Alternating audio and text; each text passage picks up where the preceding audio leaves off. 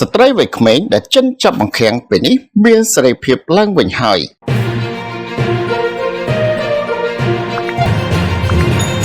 ស្ត្រីពីរនាក់ដែលសុំឲ្យសមត្ថកិច្ចជួយអន្តរាគមន៍ពាក់ព័ន្ធទៅនឹងករណីចាប់បង្ខាំងគិតដល់វេលាម៉ោង 9:10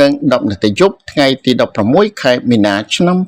2025 ត្រូវបានសមត្ថកិច្ចជួយអន្តរាគមន៍ឲ្យមានសេរីភាពវិញហើយនិងបាននាំយកបរិសុទ្ធជនជាតិចិនដែលជាជនសង្ស័យទៅបំភ្លឺនៅស្នងការដ្ឋាននគរបាលខេត្តជុំវិញករណីនេះលោកឧត្តមសេនីយ៍ត្រីសុនសុផាតស្នងការនគរបាលខេត្តទទួលផែនកណ្ដាល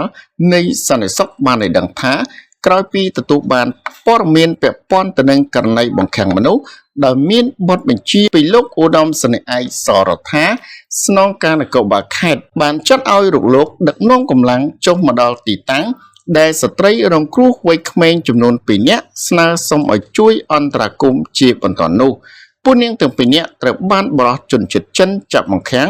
និងប្រើហិង្សាទៅលើរូបនាងតាំងពីម៉ោង 4 រសៀលថ្ងៃទី 16 ខែមីនា ឆ្នាំ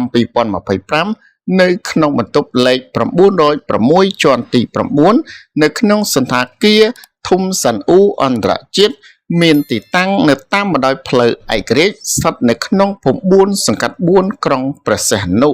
នៅពេលដែលទៅដល់កន្លែងកើតហេតុនិងបានសួរនាំបឋមរួចមកកម្លាំងសមត្ថកិច្ចក៏បាននាំខ្លួនបរិសុទ្ធជនជាតិចិនដែលបានចាប់បង្ខាំងស្ត្រីជនរងគ្រោះមកកាន់ស្នងការដ្ឋាននគរបាលខេត្តភ្លាមៗចំណែកស្ត្រីរងគ្រោះឲ្យត្រឡប់ទៅលំនៅឋានវិញបន្ទាប់ពីធ្វើកំណត់ហេតុសាកសួររួចរាល់ប្រពន្ធដដែលក៏បានបន្តថាជាបឋមករណីនេះបានកាត់ឡើងពីចំនួនក្នុងគ្រួសាររបស់ជនជាតិចិនដែលមានប្រពន្ធជាជនជាតិខ្មែរដែលឡែកបញ្យោងតាមស្ត្រីជនរងគ្រោះបានអះអាងថាពួកនាងទាំងពីរនាក់គឺជាមិត្តភ័ក្តិរបស់ប្រពន្ធជនជាតិចិនដែលជាអ្នកចាប់បង្ខាំងនេះនៅមុនពេលកាត់ហេតុមួយថ្ងៃពួកនាងត្រូវបានមិត្តភ័ក្តិដែលជាប្រពន្ធរបស់ជនជាតិចិននោះទូរស័ព្ទហៅឲ្យមកដេកជាមួយគ្នាក្នុងបន្ទប់ជួលមួយកន្លែងដោយសារមិត្តភក្តិនាងបានឆ្លោះប្រកែកជាមួយនឹងប្តីហើយនាងមិនហ៊ានដេកម្នាក់ឯងទើបរុកនាងនិងមិត្តភក្តិម្នាក់ទៀតមកដេកកំដរនៅរសៀលថ្ងៃទី 16 ខែមីនា ឆ្នាំ 2025 ពួកនាងបានមកបន្ទប់ខាងលើដោយមិត្តភក្តិរបស់នាងដែលត្រូវជាប្រពន្ធជនជាតិចិនមិនទាន់មកទេ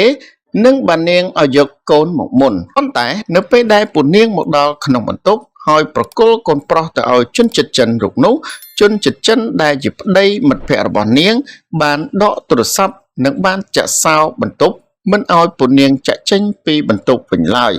មិនត្រឹមតែប៉ុណ្ណោះថែមទាំងផ្ទះកំភ្លៀងពួកនាងថែមទៀតផងរហូតដល់ម៉ោងជាង 8 យប់ថ្ងៃដដែលទើបជនជាតិចិននោះប្រគល់ទូរស័ព្ទឲ្យវិញហើយពួកនាងក៏បានឆាតតាមប្រព័ន្ធ Telegram ទៅកាន់អ្នកដែលស្គាល់គ្នានៅខាងក្រៅនិងបានចែកចាយព័ត៌មាននេះជាបន្តក៏បានដឹងដល់ស្នងការដ្ឋាននគរបាលខេត្តមិនយូរប៉ុន្មានកម្លាំងសមត្ថកិច្ចក៏មកដល់ជួយពួកនាងឲ្យមានសេរីភាពឡើងវិញដោយសារតែមានការអន្តរាគមន៍យ៉ាងកក់ក្ដៅពីកម្លាំងនគរបាលស្នងការដ្ឋានទើបនាងបានរួចខ្លួនសូមអរគុណសម្រាប់ការទស្សនាចំពោះបងប្អូនដែលថ្មីសូមចុច Subscribe ដើម្បីទទួលបាននូវវីដេអូព័ត៌មានប្រចាំថ្ងៃសូមអរគុណ